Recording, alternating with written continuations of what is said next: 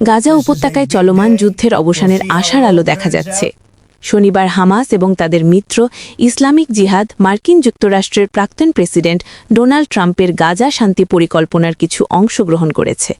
এই সিদ্ধান্তের ফলে যুদ্ধবিরতি ও ইসরায়েলি বন্দীদের মুক্তির সম্ভাবনা নতুন করে উজ্জ্বল হয়েছে। সূত্রমতে হামাস জানিয়েছে তারা শান্তির পথে এগিয়ে যেতে প্রস্তুত, তবে কিছু শর্ত এখনও আলোচনার পর্যায়ে রয়েছে। পরিকল্পনার আওতায় যুদ্ধবিরতি, মানবিক সহায়তা প্রবেশের সুযোগ এবং বন্দীদের বিনিময় নিয়ে অগ্রগতি দেখা যাচ্ছে।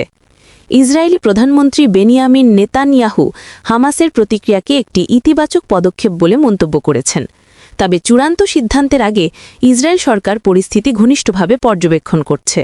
বিশ্লেষকরা বলছেন, এই পদক্ষেপ যদি সফল হয় তাহলে এটি দীর্ঘ 1 বছরেরও বেশি সময় ধরে চলা সংঘাতের অবসান ঘটাতে পারে, যেখানে হাজারো ফিলিস্তিনি প্রাণ হারিয়েছে এবং লক্ষাধিক মানুষ বাস্তুচ্যুত হয়েছে। আন্তর্জাতিক মহল, বিশেষ করে মিশর, কাতার ও যুক্তরাষ্ট্র এই আলোচনাকে স্বাগত জানিয়েছে এবং শান্তি প্রতিষ্ঠায় মধ্যস্থতাকারী হিসেবে কাজ চালিয়ে যাচ্ছে।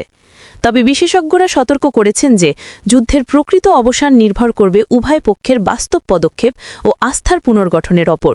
আমাদের দেশের অধিকাংশ টিভি চ্যানেলগুলোই দেখা যায় যে সঠিক তথ্যটি আড়াল করে মানুষের কাছে ভুল তথ্যটি উপস্থাপন করে। তাই আমরা চেষ্টা করি মানুষের কাছে সঠিক তথ্য উপস্থাপন করতে এবং আমাদের এই উদ্দেশ্যকে সফল করতে আমাদের চ্যানেলটিকে সাবস্ক্রাইব করে পাশে থাকুন।